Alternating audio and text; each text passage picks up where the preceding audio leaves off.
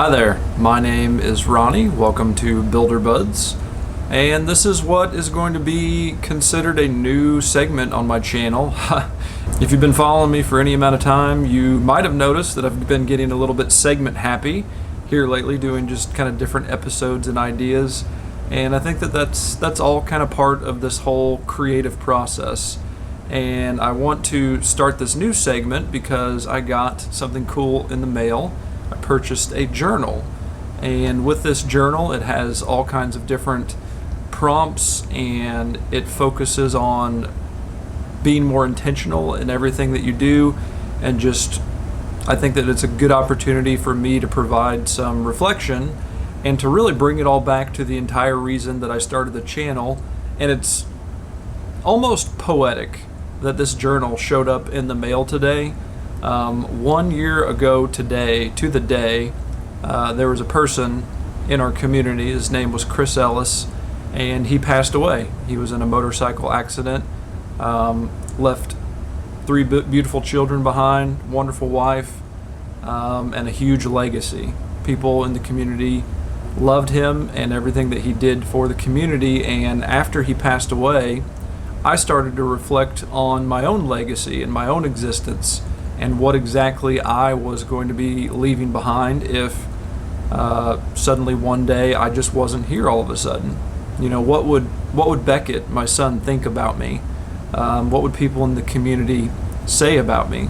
So instead of just leaving that up to everyone else to kind of write their own story for me, that's the entire reason that I started this channel, was because of Ellis and my want and need to try and leave some kind of legacy within the world, because my son is only 5 years old.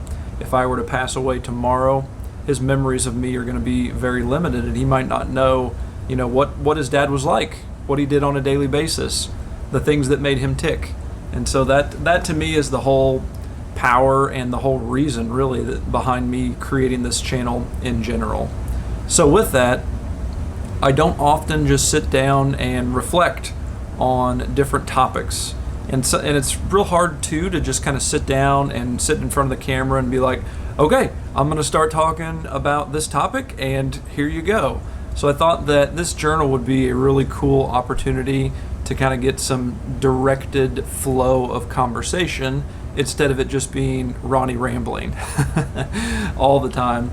So it does ask you to write some things down. I don't like writing, so I also kind of like that aspect, that I could just talk about it. But I think, in kind of skipping through the pages and getting a feel for what it's like, I think I will probably wind up maybe writing some stuff down. Throughout the history of my life, the only time that I have consistently journaled is whenever I was required to do so in school. And I still have somewhere my journals from maybe second and third grade, and those are really neat to look back on and see just where my mindset was at that time. So my plan is to sit down and record one of these videos every week, and I'll probably wind up releasing it on the weekend, because at this point that's the only day that I'm not releasing a video. I'm sorry for so much content. I'm having a ball creating the content, and I just love having all of the memories on here. So you guys can kind of pick and choose which segments you want to watch, but my tearful, hopeful, heartfelt wish is that someday Beckett, sits down and gets to watch all of these and just realize the kind of man that his dad was, and how he tried to live a very fulfilling, happy, joyful, and intentional life, and just how much he loved his little boy. So Beckett, if you're watching this, Daddy loves you very much. So let's get emotional in the first I should call this Ronnie's confessional or something like that. Come up with some kind of classy name. Ronnie Reflects. That kind of sounds cool. Ronnie Reflects. Welcome to Ronnie Reflects, episode 1. So if you haven't heard of Chad Littlefield, he has an awesome little YouTube channel. It's not little, it's growing, and it needs to grow more, leaps and bounds. He focuses on getting groups of people engaged. He's got these things called We Connect cards that came out with the journal. He offered to send me the We Engage cards for free, just for buying this journal and doing a review on Amazon, so I definitely plan on doing that. I would have bought this whether he was giving away that gift or not. It was just kind of an extra little bit of icing on top of the cake. So the purpose of this journal, I'll read a little bit about it to you. Ask powerful questions, guided journal, a mindfulness journey to skip small talk and create conversations that matter. And that's what I want. I want to skip the small talk that I do all the time, the Ronnie rambling. And I want to do very little editing on these videos as well. So if you see a bunch of edits and quick trims, then I'm not doing this the correct way. I want it to be a very cathartic experience where it's just me sitting down and talking about stuff. And yeah, I'm going to stumble over words, and I'm going to sputter, and I'm going to have to pause and get a drink of coffee like I'm going to do right now in my Life is Good mug. But I want this to be kind of as organic as possible. But I also don't want it to go on for, 20 minutes at a time either. I want it to be kind of quick. So my plan is to read the journal prompt and then hopefully immediately respond with, the first thing that comes to the top of my head. So there's a welcome page. Welcome to the journal that invites you on a courageous journey to ask powerfully and empowers you to create the future you're aiming for. Let's make the world a splash better. The following pages pose a series of questions that guide you in creating meaningful experiences for yourself and for others. There's no wrong or right way to answer the questions, and there's no incorrect journey. Allow the prompts to unlock the expression of your own internal wisdom. Hope I'm not doing like any kind of copyright stuff on this. Definitely not my intention at all. So the first section is all about intention. You are what your deepest desire is. As is your desire, so is your intention. As is your intention, so is your will. As is your will, so is your deed. As is your deed, so is your destiny. A little hype up quote there. I like that. So we're going to explore intention. Here we go. First prompt. This is kind of what the layout of the book looks like. So you get a little prompt, got nice color, got lines to write your little entry on there if you want to. Imagine a future you want to step into. What does it look like? What is the experience like for you and others when they live here in this future? What will you and others be thinking and feeling? Now take 3 to 5 minutes to free write about this future. The goal in this exercise is to write nonstop. I'm going to fail that one. With no editing or judging. Hopefully we do okay there. With your pen in continuous movement. So the way that I'll kind of modify that activity is it'll just be kind of a continuous flow of information and thought from my brain to my mouth to the camera.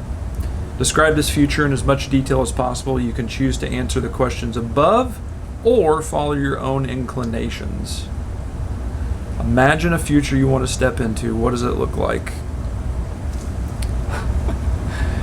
My mind immediately goes to what the present looks like, and right now the present looks just ugly and bleak, and people are scared and mad at each other and just argumentative. Every single day on social media, people are posting their opinions about mask requirements and vaccinations, and I think my frustration with all of it is that it's just so darn political at this point. In my opinion, none of those discussions and conversations should have anything to do with your political or your political leanings. Republican, Democrat, Libertarian, wherever you fall on that political spectrum. I don't think that should make you decide whether or not you should wear a mask, or whether your kid should wear a mask, or whether or not you're comfortable taking the vaccination. I don't believe that your political affiliation should have anything to do with that. Now, I think that that's very much happening right now, and how do we fix that? How do we solve that? Time heals all wounds, I guess, but we've had political issues in this country. Heck, the country was founded on political issues and the will and the want to leave a place where political beliefs were being forced onto people. So I guess whenever I think about that, and I say that out loud, and I think about the history of America, we in America are doing exactly what our country was set up and designed to do in a way. We do need to try and be a little bit more maybe forgiving and mindful of others' beliefs, and be more about, well, this is how I feel, and I don't need you to feel that way. Like, it's totally fine if you feel a different way. I think that maybe that's how we should go about it. Instead of trying to post a bunch of stuff on social media and try and change people's minds about it, maybe we should just make those decisions for ourselves and then just keep the politics and the ugliness off of social media. Of course, it's a free country. I don't have to look at social media, but there's a lot of great aspects of social media as well. This past week, it was kind of disheartening for me. I'm in education. I'm an educator. I do technology integration training for a living. And this week, I saw two different educators publicly quit their jobs on social media. So one of them was a school nurse. They went to the school board meeting. They said that the school board members, weren't listening to reason, that they were requiring masks, and that was causing all kinds of social anxiety with the students, and that this nurse was fed up with it, and that they couldn't stand by anymore, and that they were quitting. The day before that, it was a kindergarten teacher who there was a mask mandate in the school. She refused to wear a mask, so she was terminated, and she took to social media talking about how she was a patriot and she was making this stand about not wearing masks and that she didn't think that it was right. And my whole issue with those things, regardless again of political affiliation, I think that those teachers believe that they were doing their students a service, but in my mind, I'm a former principal, and I know that if I'm looking to hire somebody right now at the end of August when school is just beginning, the likelihood of me finding a solid candidate for that position is pretty much slim to none. It's probably not going to happen. So now the kids in the nurse's school don't have a school nurse. The kids in the kindergarten class don't have a kindergarten teacher, so they're scrambling to try and find probably a substitute until they can find a certified teacher, which will be very, very difficult, to say the least. So that's my whole issue with it. Maybe they have the best intentions at heart, but I think ultimately they're going to wind up hurting those kids more than they're helping them. So kind of back to the journal prompt, circling back there, a future that I want to step into. I want to step into a future where we are more like ants. We are more like bees. I wouldn't say that I envy those creatures, but I envy the way that they approach society. All of them, seemingly, from the 1,000-foot view that I have on them, seemingly they are all working together within those colonies to make the whole better rather than the individual. Everybody has their roles. There's workers, there's a queen, there's drones, there's all of the whatever you call all those different kinds of bugs in those colonies. They're all working together as cogs within a machine, and by working together, all of those cogs are turning and are making the machine much greater, more powerful. So in order to imagine a future that I would want to step into, it would be a future where we are so less divided as a people, that we are so much more welcoming to others. The situation in Afghanistan right now, that's another good example of how you just don't know how good you've got it until you see how other people live. And a lot of people, can be very divisive about immigration, people coming from other countries, things of that nature. And I don't want to make this a big political thing because I hate politics. I truly do. I hate politics. I hate talking about them. I hate thinking about them because more than anything in my life, I treasure peace. And peace and politics often don't go hand in hand. But I wish that our future would just be more welcoming as a people. That if there are people in the world that need help, that we are there to help them, that we will open up our borders and we will do everything that we can to help those people. Situation in Afghanistan right now, people trying to get onto planes and hanging on to them and falling off to their deaths just because they want a chance to leave the situation that they're in right now. I don't want that to be a thing of the future. I don't want that to be a future that I live in, where I turn on the news and that's the kind of story that they're writing about. So further than that, what is the what is the experience like for you and others when they live here in this future? What will you and others be thinking and feeling?